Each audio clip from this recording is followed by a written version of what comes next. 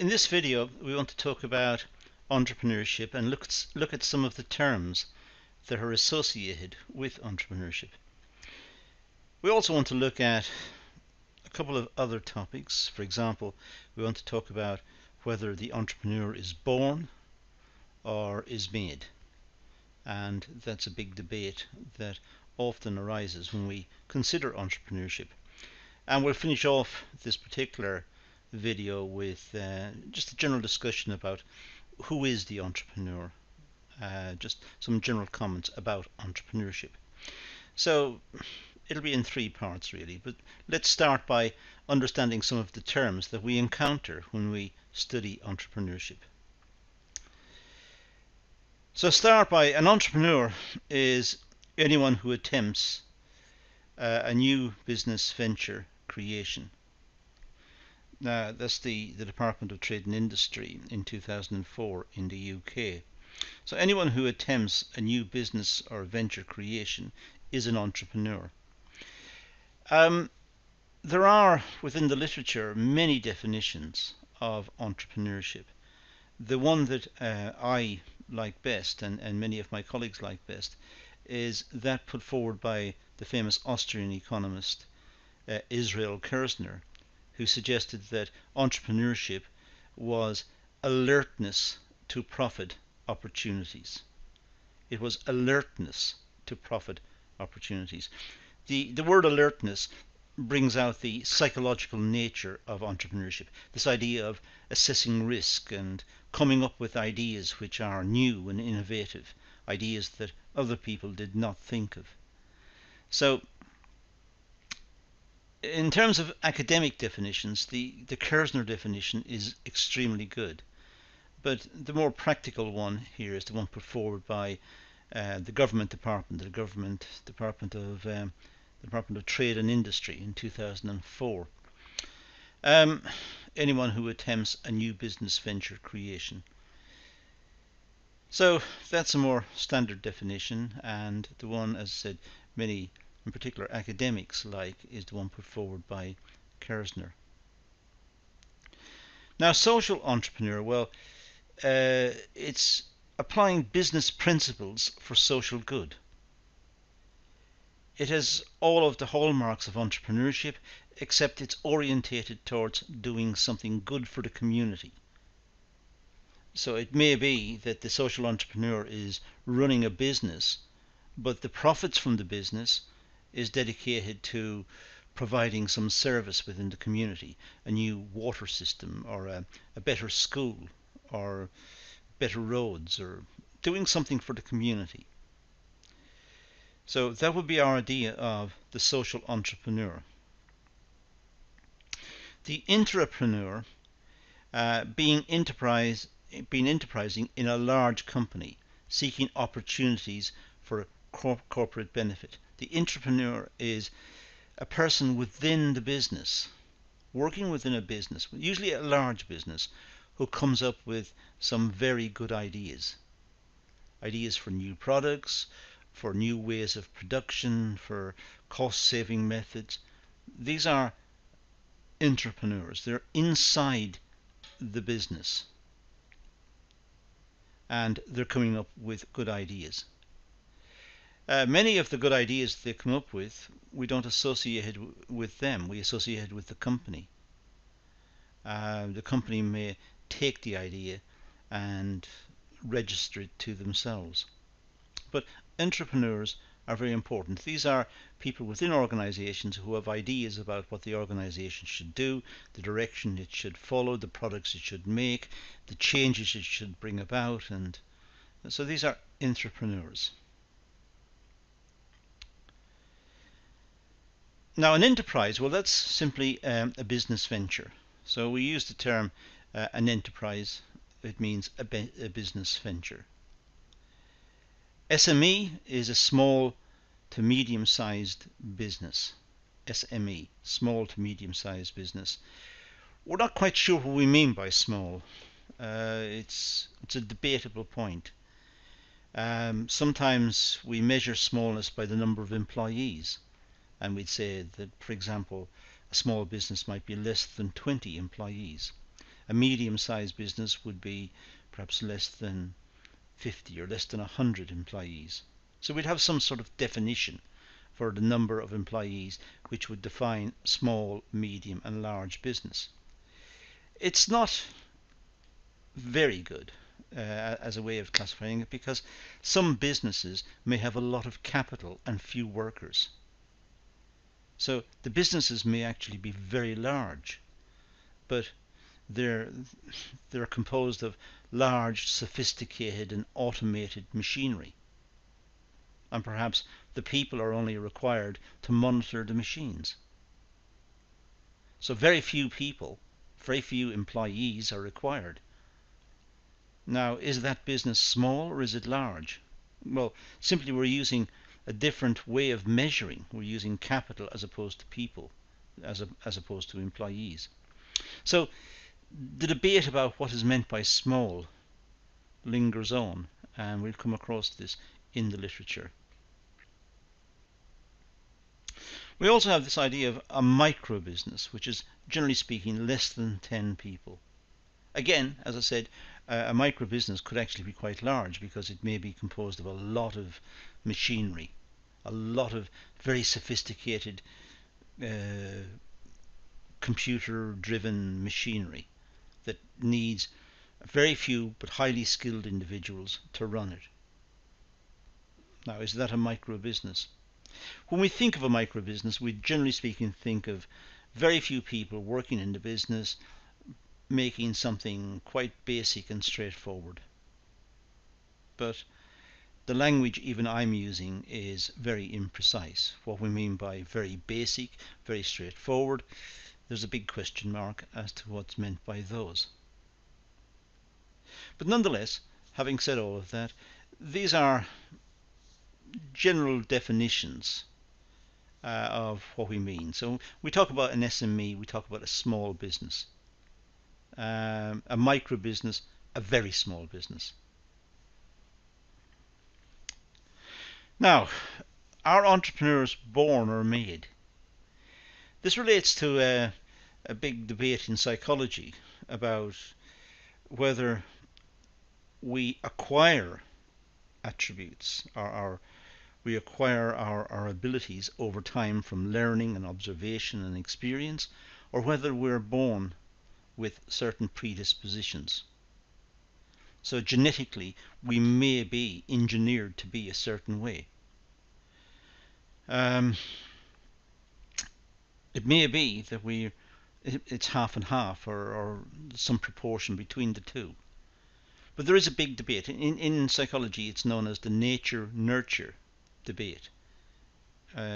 Is our nature, which is our genetic makeup, is that what determines our behavior, or is our nurture, our experiences, our upbringing, our education, our backgrounds, is that what makes us? So when we're looking at entrepreneurs, it's very difficult to decide why that person became an entrepreneur. If we consider Bill Gates for a moment, came from quite a good family. His parents were in law. I suppose their intention was that Bill Gates would go into law. In fact, he was spending his time working with very basic electronics and computers, and well, although computers were not really around at the time, but basic circuits and looking at this sort of thing, and goes on to become one of the most famous individuals probably in the history of the world, because Bill Gates changed the world in which we live. So was Bill Gates genetically programmed to do this, or was it his experiences that brought this about? So we could look at innovators. Are innovators born or made? The truth is that many of us see products and see ways of working, and it doesn't strike us that we can improve upon this. Other people look at the same processes, the same situations, and come up with new innovative ideas. So why is it one group of people can't see it and another group can. The entrepreneurs can. The entrepreneurs tend to be opportunity seeking. They're looking for something. They like the challenge of finding something new and changing it around, improving it, finding different uses for certain things, innovating it, changing it, modifying it. They're very resourceful. They are aware of the costs and the benefits of what they're doing. They're resourceful in the sense that they're aiming to improve a situation. When someone designs an app for a smartphone, they're probably designing it with a desire to sell it and make some money, but they know that this app should be useful to the user. It could be a game that simply will entertain the user, or it could be a productivity app that's going to help the user to achieve something, achieve it quite fast and efficiently. But the people designing the app, they're quite resourceful. They're going to use what they know and what's to hand, and they're going to try and develop something new and beneficial to the rest of society. They tend to like taking risks. They know that risks are inherent in a lot of what they do. For a start, they're looking into the future, and the future is uncertain. With a risk, we normally have some sort of probability idea of what the likely outcome is going to be. That's what we mean by risk. We have some sort of probability notion of what's going to happen. We have a 50-50 chance or a 60-40 chance or something. We assess it in this way. But with uncertainty, we have absolutely no idea of what's going to happen. So entrepreneurs are dealing with situations of looking into the future. And the future, according to some economists, the future is what they call unknowable. We can't know the future. So the entrepreneurs are facing into an abyss almost. They're facing into something that they don't know. They don't know if their efforts are going to be well received by the customers, if they're going to be successful or not successful. They are hoping that their ideas will be adopted and will be taken on board. But they are dealing with situations of risk and uncertainty. They tend to be quite good creative problem solvers. They tend to be able to find their way around problems and solve problems that perhaps other people may find extremely difficult. They may be able to use resources in a very innovative way. They join the resources together in a way that perhaps other people wouldn't have thought of. So they tend to be quite creative in the way they go about solving problems. Now, are they born to it? Is it genetic?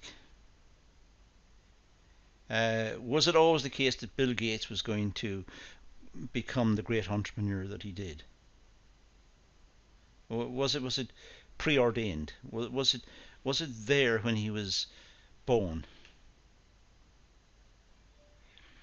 Or did he learn it?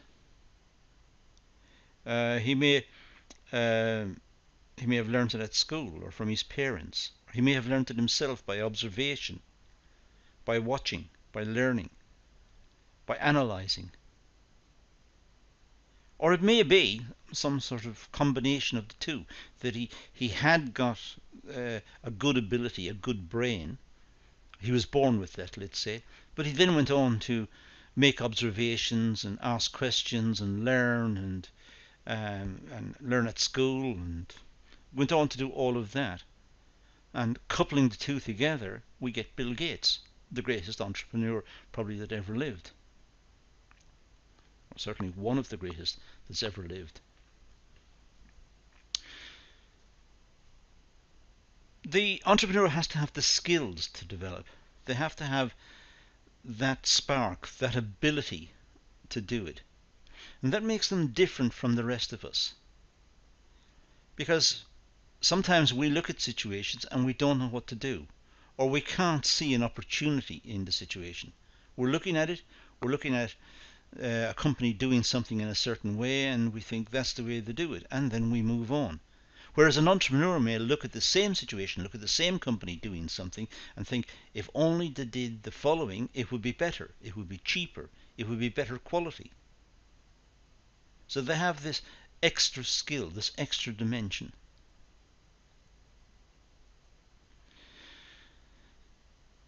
They tend to be quite nimble. Nimble in the sense that they can change. They they can work on a situation, and if it's not working properly or the way they envisaged, they can move on quite quickly on to the next one. They may return and visit that later when they have more insight or when there's been new developments or new discoveries. But they don't get uh, stuck with the same problem and spend long periods of time on that same problem trying to resolve it. They tend to move on. They're certainly not constrained by convention. The conventional view would be to do it in a certain sequence, do some job in a certain sequence. Entrepreneurs will always question the sequence. Why does the job start here, and why does it finish there, and why is it done in this way? What's the logic? And if there's no compelling logic, then why is it done that way? Why don't we look at other possibilities? So they are constantly looking at products to see if they can be changed. They're looking at inventions, discoveries from science. What are the universities working on? What are they turning out? Looking at all of these to see if there are opportunities to develop products that will satisfy customer needs, even though perhaps the customers don't recognize that they've got those needs. Sometimes we don't have a need. Nobody needed a microwave oven before it was invented. People were not going into electrical shops asking for an oven that will heat up food without a fire, without any obvious heating element. And when the oven's turned off, it's cool. No one went into a shop looking for such a thing, and if they had, they would probably have been laughed at. But when it was invented, it becomes extremely successful. So the entrepreneurs are sometimes trying to imagine what the consumer reaction will be to their efforts, to design a new product, to put it in the market, or to innovate an existing product, change it, and so on. Sometimes products are very well established. For example, vacuum cleaners were very well established, and yet James Dyson spent years, with lots of failure and lots of frustration, spent many, many years trying to build a better vacuum cleaner. Now, as you can imagine, his friends and colleagues and family must have said, it's already been done. In a sense, give up. But he didn't. And he went on to make a very successful product, which benefits the customer.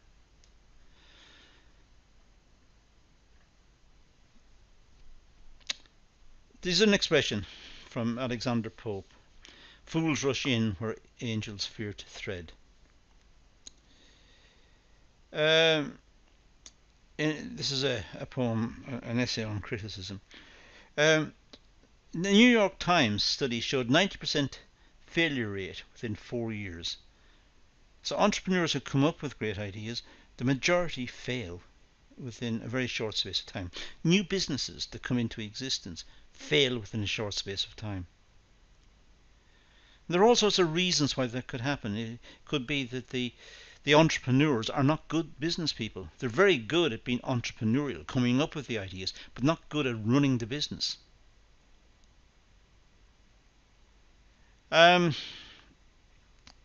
US Audit Bureau study showed 1/3 of companies succeed and 2/3 fail.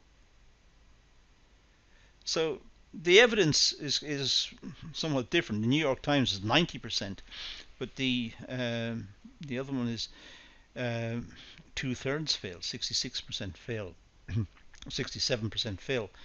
The point is, sometimes entrepreneurs, in their enthusiasm for the new product that they have invented, designed, innovated, they bring it to market too soon, or they're not prepared adequately to bring it to market. And this is where entrepreneurs have to be aware that they need to step aside and bring in business personnel to complete the project, to bring the business into existence. Because someone's good at inventions and innovations and modifying products and bringing up new products, because they're good at that doesn't mean they're good at managing a business.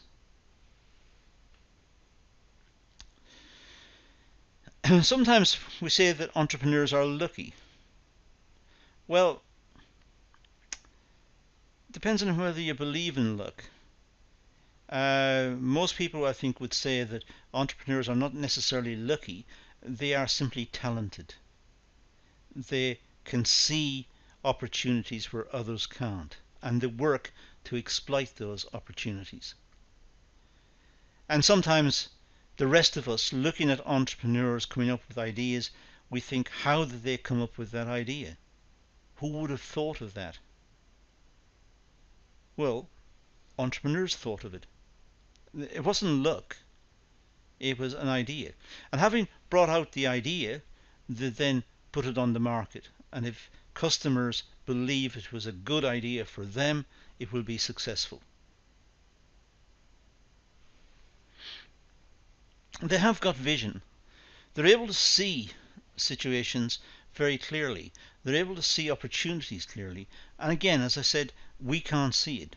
The vast majority of the population can't see the same vision.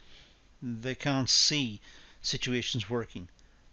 So it's the very creative people, the innovators, who can see this, who can see an opportunity, who can redesign a product or bring a new product into existence, and in the expectation that this will improve the life of the customer and will therefore be a commercial success.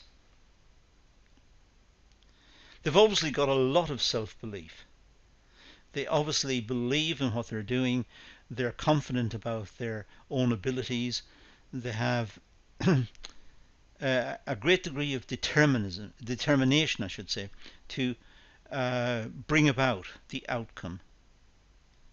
So they believe in what they're doing. They believe in themselves. They don't give up. Now, finally, in this particular class, let's talk about who is an entrepreneur. Well, we can identify an entrepreneur by their behavior, their demeanor, or outlook. They can be answered by what they do. We will see them creating new demand, commercial opportunities. So if it can be answered by what they do, then we'll see them in this way. They will create new demand. As I said, the microwave oven. There was no demand for a microwave oven. It didn't exist. We never thought about such a thing. But when it was invented, when the discoveries were made and it was invented and put on the market, there was a demand. So they created this demand. There was no demand before that for such a thing. The product didn't exist. So there was an idea that if microwave ovens were made, customers would buy it. They were looking at commercial opportunity. They're always looking for new ways of exploiting existing markets. This we call innovation. They're looking at existing markets and seeing, is there some way they can change what they're doing, perhaps modify the product, or sell it in different areas, or be innovative about the way it's been marketed, being innovative about the product itself, its design, its functionality. So they're constantly looking at ways of improving their position in existing markets. And then there's creating change. Order and complacency of existing social and economic systems. So, generally speaking, economic systems, we want it to be ordered. We want it to be settled down. We want it to work continuously without ups and downs. We don't want to have markets collapsing one day and booming the next day. Ideally, what we would like to see is moderate growth and continuity. But entrepreneurs are in the process of, in a sense, destroying equilibrium. When markets are settled down and a particular product is settling down and the customers seem to be quite happy with the product, and then an entrepreneur comes along with an even better product, or has taken the existing product and innovated it, meaning the original product is no longer in demand. The market has been destroyed and replaced by a new product. And as customers, we want newness. We want innovative products. We want novelty. But the other side is markets are being destroyed. Jobs may have been destroyed because the product became obsolete, because it was changed. Entrepreneurs changed it. But as customers, we benefit from a more stylish product, perhaps better quality, better designed, more functionality. Perhaps it's cheaper. So as customers, we may benefit from the activities of the entrepreneur, but perhaps as workers, our jobs may be at stake because the markets have been changed by the entrepreneurs. Entrepreneurs use innovation to exploit or create change and opportunity for the purpose of making profit. They do this, I should say, by shifting economic resources from an area of low productivity into an area of higher productivity and greater yield, accepting a higher degree of risk and uncertainty in so doing. A quotation from Burns, 2001. What happens in practice is that entrepreneurs maintain a process of change in society, and society is constantly changing, constantly evolving, constantly modifying itself. New products, new ways of living, new routines, new ways of working, new communication systems. It's all the product of entrepreneurism. And what the entrepreneurs do is look at areas where there's low productivity and then shift the resources out of low productivity into areas of high productivity. And that generates extra resources, profits for the business.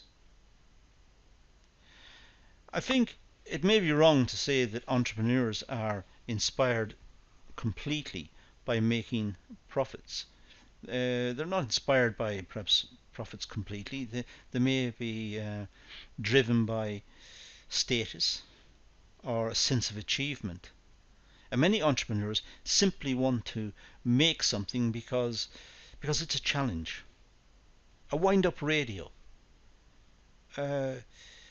Why would we want a wind-up radio? It was a challenge to make.